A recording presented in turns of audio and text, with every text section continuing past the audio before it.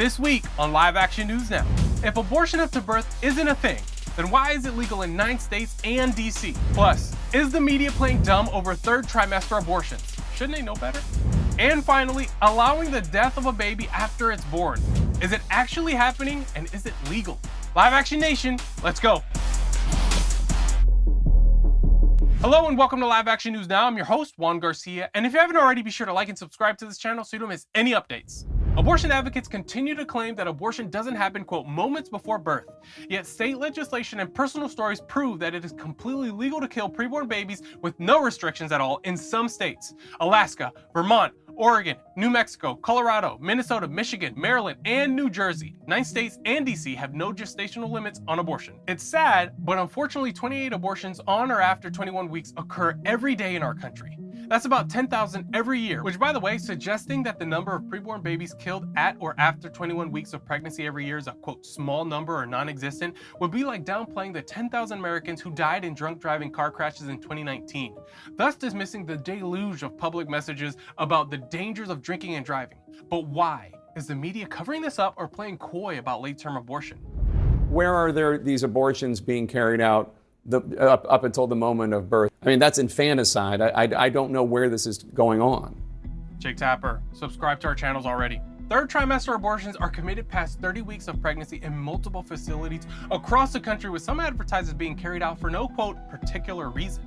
My best friend, you already know, researcher Carol, and I think it's just mind-blowing how many journalists or the media in general fail to even do their job or look into what's happening in their own neck of the woods. Just conduct a brief Google search. Like, for example, the Washington Surgery Clinic facility in DC, just a few blocks from the White House, advertises abortions with no limit indicated. 27 weeks plus. The facility, operated by abortionist Cesare Santangelo, is a location where pro-life activists found the remains of several brutally aborted children, 5 of whom were estimated to be around 28 to 32 weeks. That's what moved PH75 to do what she did. If you don't already know, first of all, subscribe to our channel.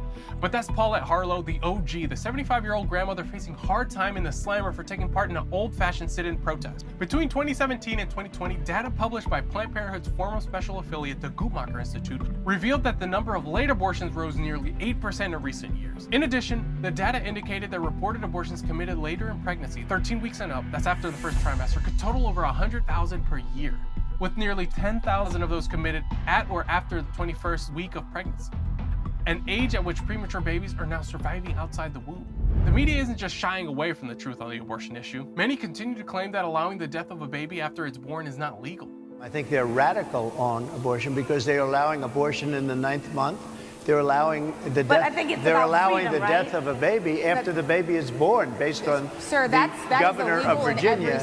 In case you didn't know, 222 cases of abortion survivors were reported from 1999 to 2023 in just 8 states.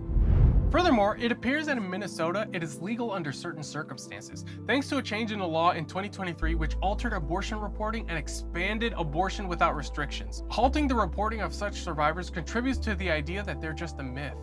In 2015, the Minnesota state legislature first enacted the Born Alive Infants Protection Act, requiring the reporting of abortion survivors in the state, and just 7 years later, the legislature repealed it.